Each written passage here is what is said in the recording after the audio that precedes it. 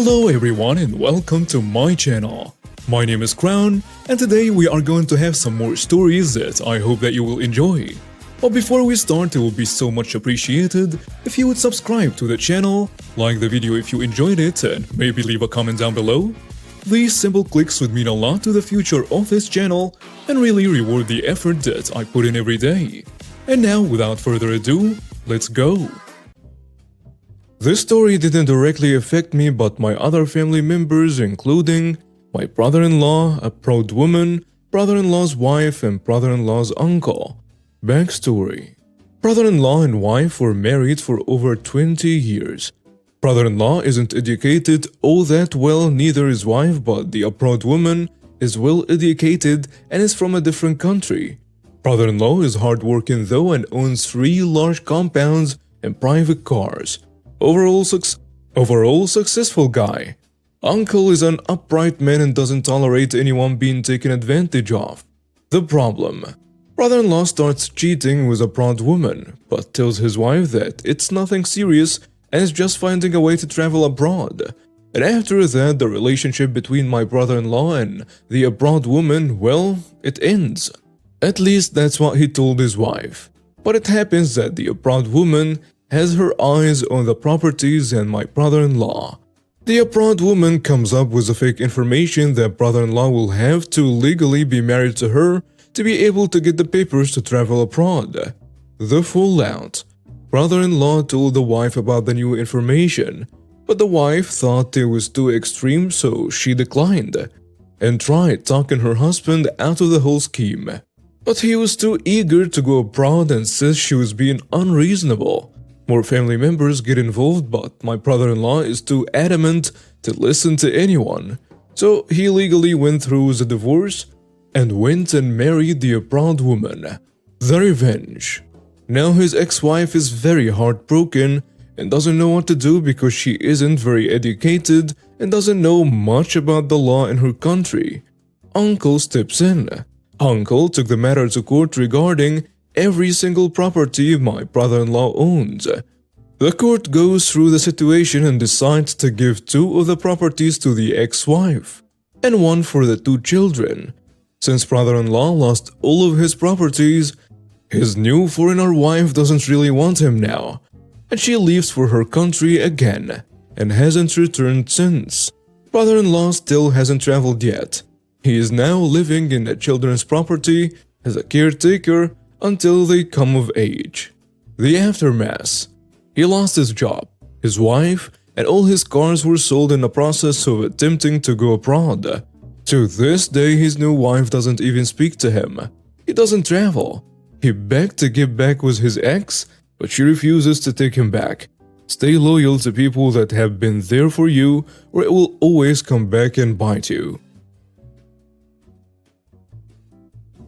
For this story, there are main 3 people to consider: the entitled mother, her entitled son, and my dad. As stated in my previous post, my dad, 64 male, went through a really difficult financial crisis a few years ago, beginning in 2016. He had invested heavily in a real estate market, and at that time, the market was doing horribly, so it did affect his finances to a great extent. Let me introduce the entitled mother and her entitled son. The entitled mother is my dad's cousin and in her 60s. She had 6 children with her late husband, always in a range of late 20s to early 50s. Her son, whom this story revolves around, is in his early 40s right now.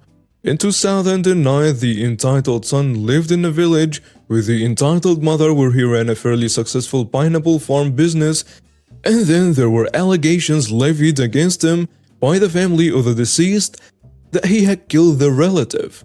The police were involved and they found no incriminating evidence, so like most things in my country, the case went unsolved. However, the deceased family were angry and sought to take justice into their hands. They planned to have him killed, and this frightened the entitled mother.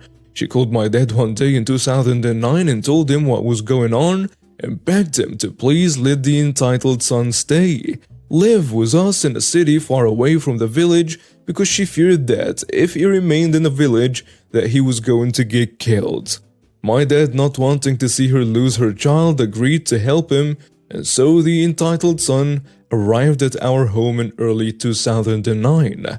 He was in his early 30s at that point. Upon arriving, he got a job at a bar and grill fast food restaurant where he worked for about a year or two, before my dad helped him get a decent job at an insurance firm. He had an entire room and bathroom all to himself and never paid rent or utilities. He never paid for his own food or brought his own groceries. Whenever an appliance broke at home, my dad would replace it and the entitled son would take the broken one. From flat screen TVs, refrigerators, beds and mattresses, and all that crap. My dad let him take them all. He had them fixed and gave them to his sisters who had just moved to our city. My dad took care of him and his needs as though he was his only child. My mom wasn't exactly thrilled about him moving in with us in the beginning because it was so sudden, but given the life and this nature of the situation, she accepted it. When my dad retired a few years later and got his gratuity, he assisted most of our extended family financially, and in that spirit, he gave the entitled son a check for what amounts to roughly $6,000 to help him out, and he was really thankful about it. Because he said he'd never been gifted such an amount of money before, and he didn't think people were that generous. We lived in relative bliss until 2016 when my dad's financial issues began. Around that period of time, we did struggle a lot. Most days, there was no food at home, and to his credit, the entitled son used a part of his savings to assist the family back then, but it was never free. However, it didn't really matter because in that moment, without that assistance, we'd probably have starved. He'd buy food items and groceries and also lend my dad some money. All these expenses were always repaid every few weeks when my dad received some money because the assistance received from the entitled son were loans and you always pay your debts, and secondly because my dad didn't expect the entitled son who was also struggling and figuring things out to cater for the family. Things generally continued this way until 2018 when there was a resurgence in the real estate market in my country. My dad was finally able to sell both properties each for around low six figures, and that influx of cash pushed us out of the red into a more comfortable position. After the sale, my dad's first major purchase was a car because we'd sold both of our cars during those difficult years. There weren't a lot of people who came to our aid during that period, so as a way to show gratitude, my dad gave the entitled son a check for about $5 to $6K again. And now this is where the entitlement began. The entitled son knew how much both properties sold for, so shortly after my dad bought the car, the entitled son came to him with an itemized list informing my dad that he had decided to go back to the agriculture sector. He wanted to start another pineapple farm, but not just pineapples, but he also wanted to grow oranges as well. As a male child, he had inherited some plots of land in the village after his father died. He planned on using that land for the business. By this time, it'd been almost a decade since he fled from the village, and most of the pressure and threats had died down. So he felt safe returning, and besides, he wasn't actually going to be living there seeing as he still had his job in the city. He simply wanted to set it up and have his mother run it for him. He had already discussed his plans with his mother and she was excited about the idea. And then he handed my dad a list of everything needed to pull this off, and he needed an initial capital of what amounts to roughly $29,000 from my dad to begin. My dad was stunned. He asked him if he realized just how much he was asking for. My dad said that if he had even saved up a fraction of that money by himself, then maybe he'd have been willing to see what he could do. But he expected my dad to pay for everything, which wasn't okay given that all four of my younger siblings were in boarding school, which was kinda expensive, and he was also making college plans for them as well, so he wasn't in a position where he could just give out almost $30K just like that. This annoyed the entitled son, so he asked my dad to loan him the money instead. My dad refused to do that because there was no guarantee that he could make back that money in a year from a startup business. My dad offered him 10%, around 3K of what he asked for free to try and help him, but that wasn't just enough for him. I can't forget the statement he made when my dad said no, nor can I forget his tone. He said, "So you say you won't give me this money? Okay, no problem." And then he stormed off. He didn't care about my dad's reasons or my siblings' well-being. All he cared about was himself. This was on a Tuesday. Mind you, on Saturday, his mother came to our house unannounced from the village. Neither her or the entitled son had informed my parents that she was coming. The things she said that day. She unleashed every ounce of resentment she had for him. Prior to this, he'd always looked upon her as a sister he never had, and treated her as such. We just had lunch that afternoon when the entitled son went to pick her up from wherever she got dropped.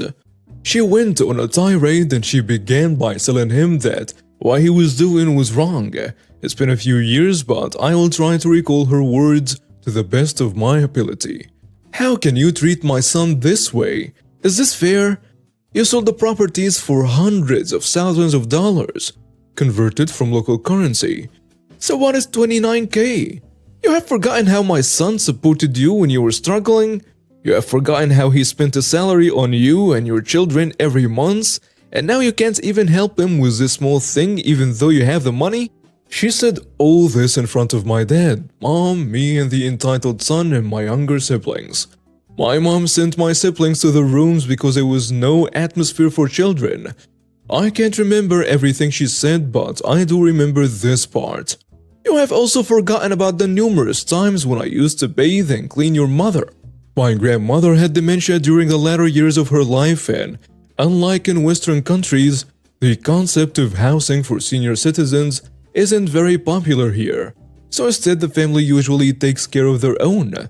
My dad viewed her as his sister, so he asked her to please look after my grandmother for him since he was in the city and she and my grandmother were both in the village. My dad visited every month and ensured that they weren't lacking for anything. He gave her monetary gifts or food items and so on as a way to say thank you, so while she was in fact helping him, my dad did show constant financial appreciation until my grandmother passed. Through her tirade, my dad said nothing. He's extremely quiet and hates conflict, but my mother is the exact opposite. She doesn't take nonsense from anyone. When she brought up my late grandmother about her behavior and began pointing out every single detail of the extent my dad had gone to help the entitled son. "Do you think your son would be alive today had my husband not agreed to let him move in with us?" She said this while pointing at the entitled son. Weren't they after his head after the allegations made against him? How many people have given you 6K not once but twice free of charge? How many people would open their home to someone who is suspected of murder? But my husband did it because he loves and values his family above almost anything. Yes, your son helped us out when things were really bad, and I'm thankful, but he was always repaid in full. Do you not care about him training his own children? If he gives you that money, do you not see how that would disrupt the plans he's made for his own kids? How can you both be this selfish? How dare you come into our home and raise your voice at the man who has protected, fed, and housed your son for a decade? How dare you bring his late mother into this? When you took care of her, did you receive nothing in return? He never provided for you financially or looked after you while housing and taking care of your son as well? Answer me. This shuts the entitled mother up. So much more was said which I can't remember before my mom asked the entitled mother to leave. To show you just how little shame he had, the entitled son continued to live with us for a few months before eventually moving out. My dad refused to ask him to leave because he knew the entitled son was already making plans to leave. When all this went down, the entitled son was in his late 30s, so he was old enough to know better. To this day, my dad never lets any member of my extended family visit. He often wonders where exactly he went wrong or what heinous crime he committed against them And it always upsets me whenever he talks about these events because of just how much pain it still causes him to this day. And now we have reached the end of today's stories. Thank you for watching and see you next time.